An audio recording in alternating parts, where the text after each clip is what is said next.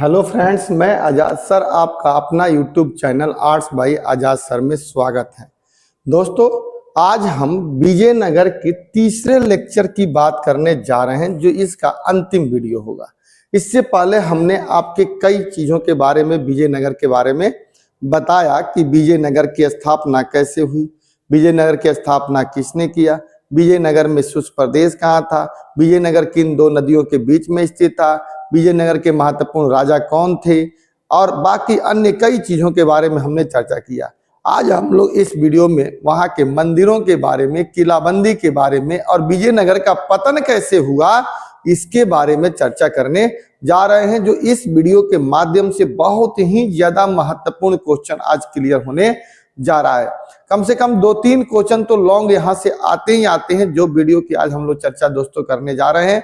इसलिए आप इस वीडियो को बड़ी ही ध्यान पूर्वक देखने का काम करिएगा। दोस्तों, सबसे पहले हम बात करते हैं, आगे बढ़ते हैं और कहते हैं कि किलाबंदी तथा सड़कें, यानी यहाँ की किलाबंदी कैसा होता था, जिसके बारे में अब्दुल रजाक जो फारस का यात्री था, जो आया था, अब्दुल रजाक भी तो चर्चा करके चला गया था। उसने भी बताया था कि यहाँ की किलाबंदी बहुत ही अजीब अनोखा था। पूरा शहर ही किलाबंदी था, जो 7 दीवारों में बटी हुई थी। तो इसके बारे में हम लोग बातें करते हैं। फिर सड़कें कैसी थी, कह रहा है कि 15वीं शताब्दी की दीवारों पर नजर डाले तो ऐसा लगता है कि उन्हें घेरा गया था। 15वीं शताब्दी में फारस के शासक के द्वारा कालीकट यानी कोझिकोड में भेजा गया एक दूत, जिसका नाम था अब्दुल रजाक, ये जब भारत में आता है तो यहाँ की किलाबंदी से बहुत ज्यादा प्रभावित होता है। कहाँ का व्यक्ति था ये? फारस का रहने वाला व्यक्ति था अब्दुल रजाक, जो भारत में आता है, विजयनगर साम्राज्य में आता है और यहाँ के किलेबंदी से बहुत ज्यादा प्रभावित होता है, बहुत प्रभावित था।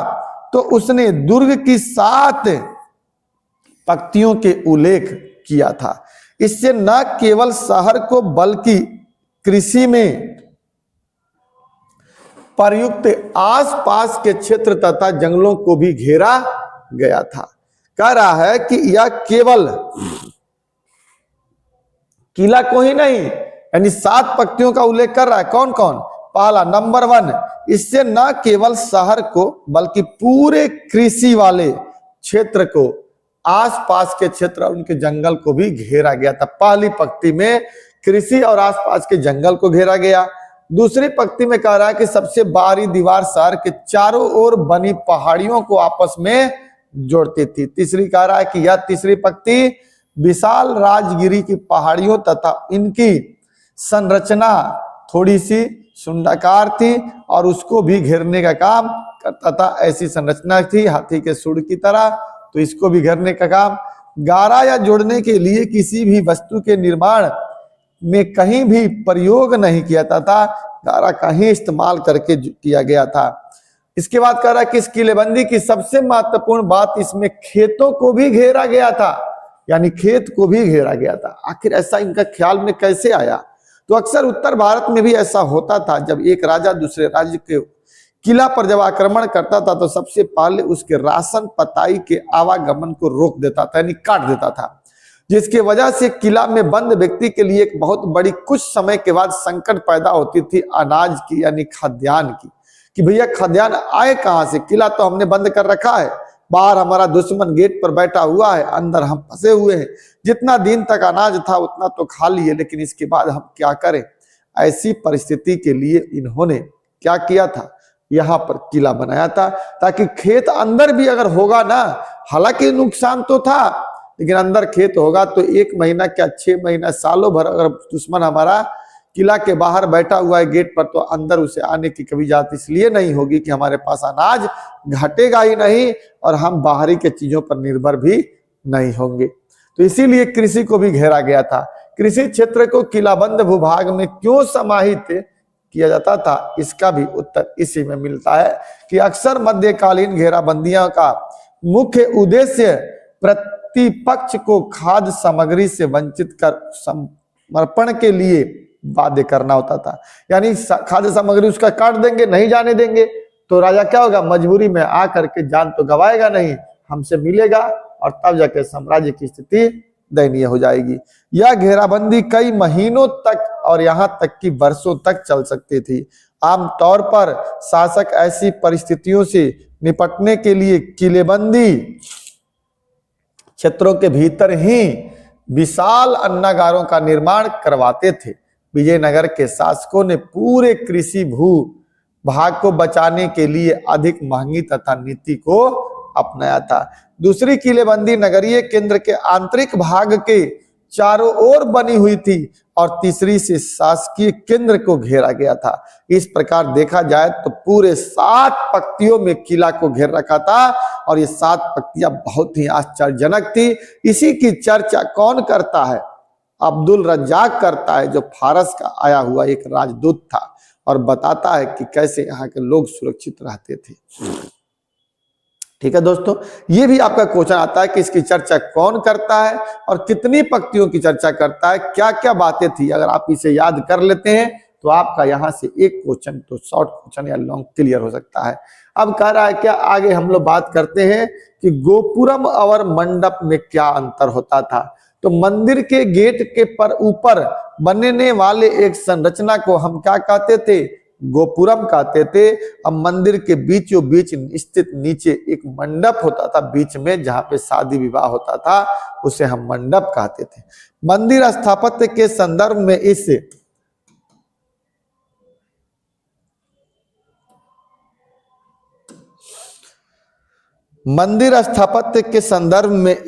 समय तक नए तत्व प्रकाश में आते हैं। इनमें विशाल स्तर पर बनाई गई संरचनाएं जो राजकीय सत्ता में शामिल है। इनका सबसे अच्छा उदाहरण यहाँ के राय द्वारा बनाए गए गोपुरम अथवा राजकीय प्रवेश द्वार होता था। ये गोपुरम क्या होता था? राजकीय प्रवेश द्वार। इनमें विशाल स्तर पर बनाई गई संरचना गोपुरम को दर्शाता है। जो राजकीय प्रवेश द्वार थे वे अक्सर केंद्रीय देवालयों की मीनारों को बौना प्रतीत करा देते थे। यानी जो चारों तरफ दीवार होती थी ना, इस गोपुरम के सामने बिल्कुल बौना सिद्ध हो जाती थी और जो लंबी दूरी से ही मंदिर के होने का संकेत दे देते थे। अन्य विशिष्ट अभिलक्षणों ने मंडप तथा लंबे स्तंभों वाले गलियारों को अक्सर मंदिर परिसर में स्थित देवालयों के चारों ओर बने होते थे, जिसे सम्मिलित किया जाता था। और इस प्रकार हमने देखा कि कैसे वहां गोपुरम का निर्माण किया जाता था। अब कह रहा है विरूपाक्ष मंदिर।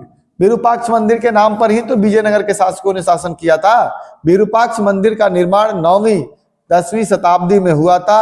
हम्पी बाजार के 10 किलोमीटर के केंद्र में यह मंदिर था। यह आज भी बिल्कुल वैसे ही है जैसे कृष्णदेव राय के काल में था। यहाँ के पत्थर को ग्रेनाइट के थे।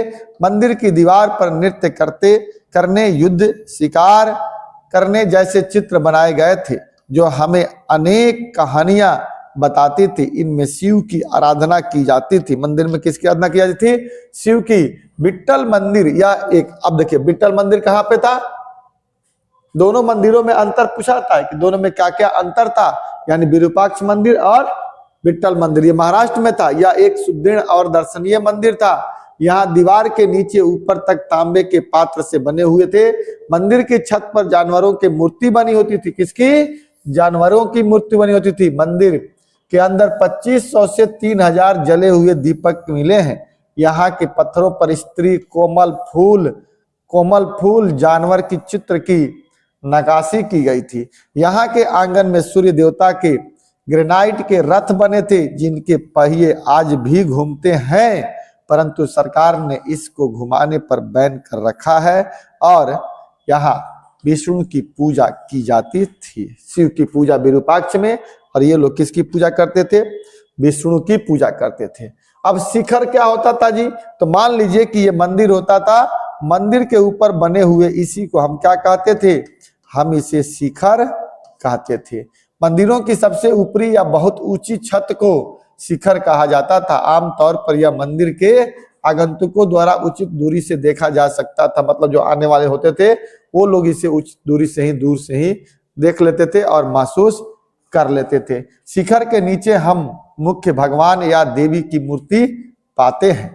गर्भगृह यानी यहाँ पर जो मंदिर के बीचों बीच होता था नीचे, उसे गर्भगृह कहते थे, जहां ईश्वर यानी भगवान हमारे होते थे। यह मंदिर के एक केंद्रीय स्थान पर स्थित मुख्य कमरे का एक केंद्रीय बिंदु है। आमतौर पर प्रत्येक भक्त अपने मुख्य कर्तव्य के प्रति सम्मान और भक्ति की भावनाओं का भुगतान करने के लिए इस कमरे के गेट के पास जाता था। अब आता है सभागार, जहां पे लोग बैठ करके सभा करते थे। मंदिरों के सभागारों का प्रयोग विभिन्न कार्य के लिए होता था। इनमें से कुछ ऐसे थे जिनमें देवताओं की मूर्तियां, संगीत, नृत्य, नाटक के विशेष कार्यक्रम को देखने के लिए रखी जाती थी। अन्य सभी सभागारों का प्रयोग देवी देवताओं के विवाह के उत्सव पर आनंद बनाने और कुछ अन्य का प्रयोग देवी देवताओं को झूला झूलाने के लिए होता था। इन अवसरों पर विशिष्ट मूर्तियों का प्रयोग होता था। वे छोटे केंद्रीय देवालयों में स्थापित मूर्तियों से भिन्न होती थी, मतलब ये छोटे मंदिर होते थे। अब कह रहा है कि विजयनगर के बारे में निरंतर लगातार शोध चल रहा है कि क्या सही क्या गलत है। इमारतें जो जीवित रहती हैं वे सामग्री और तकनीकों, बिल्डरों या संरक्षकों के विजयनगर साम्राज्य के संस्कृति के संदर्भ के बारे में विचार व्यक्त करती है। इस प्रकार हम साहित्य, शिलालेख और लोकप्रिय परंपराओं से जानकारी को जोड़ते हैं, लेकिन वास्तुशिल्प सुविधाओं की जांच हमें उन जगहों के बारे में नहीं बताती जहां आम लोग रहते थे। निश्चित तौर पे इतिहास इनका गौण रह जाता है जो आम पब्लिक हुआ करती है, क्योंकि उच्च वर्ग या उच्च विशिष्ट व्यक्तियों का तो इतिहास लिखा जाता है, लेकिन आम पब्लिक का इतिहास अक्सर छूट जाता है किसी न किसी पुरातात्विक के अभाव में या साक्ष्य के अभाव में। तो यहाँ पर भी यही हुआ। ठीक है, बताती है जहां आम लोग रहते हैं, राजमिस्त्री, पत्थरबाज, मूर्तिकार को किस तरह की मजदूरी मिलती है, भवन निर्माण सामग्री कैसे पहुंचाई गई और कितने अन्य प्रश्न हैं। अन्य स्रोतों का उपयोग करके अनुसंधान जारी रखना, जो कि उपलब्ध वस्तु उदाहरण विजयनगर के बारे में कुछ और सुराग दे सकते हैं, इसके बारे में भी हमें पता चलता है। अब देखिए दोस्तों, कह रहा है कि पड़ोसी राज्यों से शत्रुता। इनकी पड़ोसी राज्यों से क्या थी, बहुत ज्यादा शत्रुता थी। ऊपर में जो लोग थे जिसे हम लोग बहमनी साम्राज्य के नाम से जानते थे। विजयनगर के शासक सदैव पड़ोसी राज्यों से संघर्ष करते रहे। बहमनी राज्य से विजयनगर नरेशों का झगड़ा हमेशा होता रहता था। विजयनगर ऊपर में था, नीचे विजयनगर था और ऊपर में यहाँ पर बहमनी था। दक्षिण भारत में झगड़ा हमेशा होता रहता था। इसमें साम्राज्य की स्थिति शक्तिहीन बन गई थी। अब यहाँ पर निरंकुश शासक यानी पतन के कारण पूछ रहा है कि पतन कैसे कैसे होता है। एक तो पड़ोसी राज्यों से शत्रुता, दूसरा निरंकुश शासक। अधिकांश शासक निरंकुश शासक थे, वे जनता में लोकप्रिय नहीं बन सके। तीसरा, अयोग्य उत्तराधिकारी ही बढ़िया नहीं मिला। कृष्णदेव राय के बाद उसका भतीजा अच्युत राय राज गद्दी पर बैठा। वह कमजोर शासक था, उसकी कमजोरी से गृह युद्ध छिड़ गया तथा गुटबाजी को प्रोत्साहन मिल गया और फिर साम्राज्य के पतन के रास्ते खुल गए।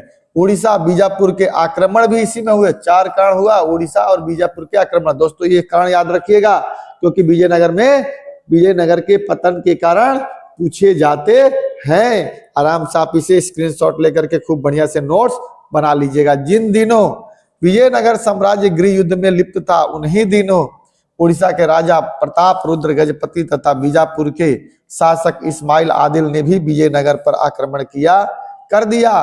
गजपति हारकर लौट गया और आदिल ने रायचूर और मगदल के किलों पर अधिकार कर लिया, जिससे उसकी कमजोरी उभर कर आई। फिर गोलकुंडा तथा बीजापुर के विरुद्ध सैनिक अभियान भी इसके लिए हानिकारक हुआ।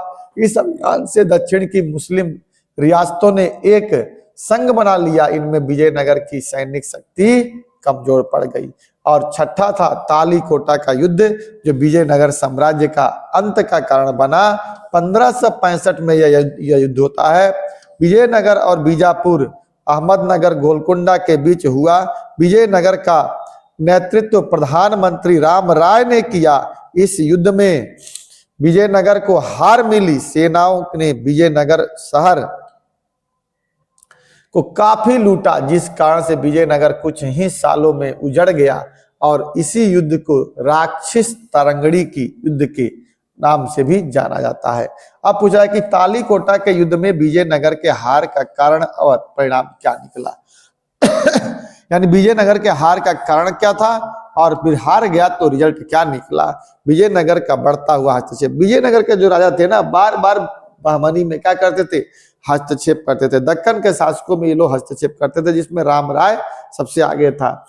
विजयनगर अत्यधिक शक्तिशाली होने के कारण मुस्लिम राज्यों में हस्तक्षेप कर रहा था, जो उनको बिल्कुल पसंद नहीं आता था, और इसीलिए वो एक बार जुट हो गए, एकजुट होकर के पूरी तरह से इन पे हमला कर दिया। अगला, अहमदनगर के साथ दुर्व्यवहार भी किया गया। युद्ध में विजयनगर ने अहमदनगर के महिलाओं के साथ काफी गंदा व्यवहार किया था, इसलिए अहमदनगर के सारे लोगों ने मिल करके राज्यों ने इस पर हमला किया। और राम राय की तो नीति थी ही इसके हारने का कारण।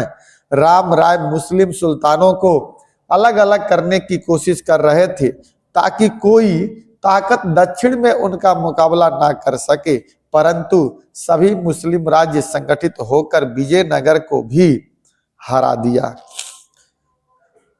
परिणाम क्या निकला, विजयनगर के लाखों सैनिक मारे गए और काफी धन को लूट लिया गया। इसमें विजयनगर कुछ वर्षों में ही पतन की ओर चल दिया। युद्ध के बाद इसका केंद्र दक्षिण से पूरब की ओर घिसक गया और विजयनगर के लिए दक्षिण में मुस्लिम शक्ति हमेशा से ही सिरदर्द बनी रहती थी, और यही सिरदर्द उन्हें पतन का कारण भी बन गया। ये परिणाम निकल गया। इस प्रकार दोस्तों, इसके परिणाम तालीकोटा का युद्ध, विजयनगर के पतन के कारण, ठीक है, किलाबंदी, ये सब बहुत ही, विट्ठल मंदिर और विरूपाक्ष मंदिर के अंतर, महानवमी डीबा, महानवमी, शिखर, गोपुरम, ये सब इतने इंपॉर्टेंट शब्द हैं जो विजयनगर को बहुत ही ज्यादा महत्वपूर्ण बना देते हैं। दोस्तों, हमने आपको इस चैप्टर को 3 वीडियो में कंप्लीट कर लिया। अगर आप ध्यान से इस वीडियो को देखिएगा तो निश्चित तौर पे आपको क्या होगा, इसका लाभ मिलेगा और आपका चैप्टर बहुत अच्छे से क्लियर हो जाएगा। आप इसे ध्यान से देखने का प्रयास करिएगा। अगर दोस्तों आपको ये वीडियो अच्छा लगता है तो अपने दोस्तों के बीच में इसे शेयर जरूर करिएगा, लाइक करिएगा, ताकि हमारा मोटिवेशन बने, और सब्सक्राइब करना नहीं भूलिएगा, ताकि अगला वीडियो आपको जल्दी ही मिल जाए। जय हिंद, जय भारत।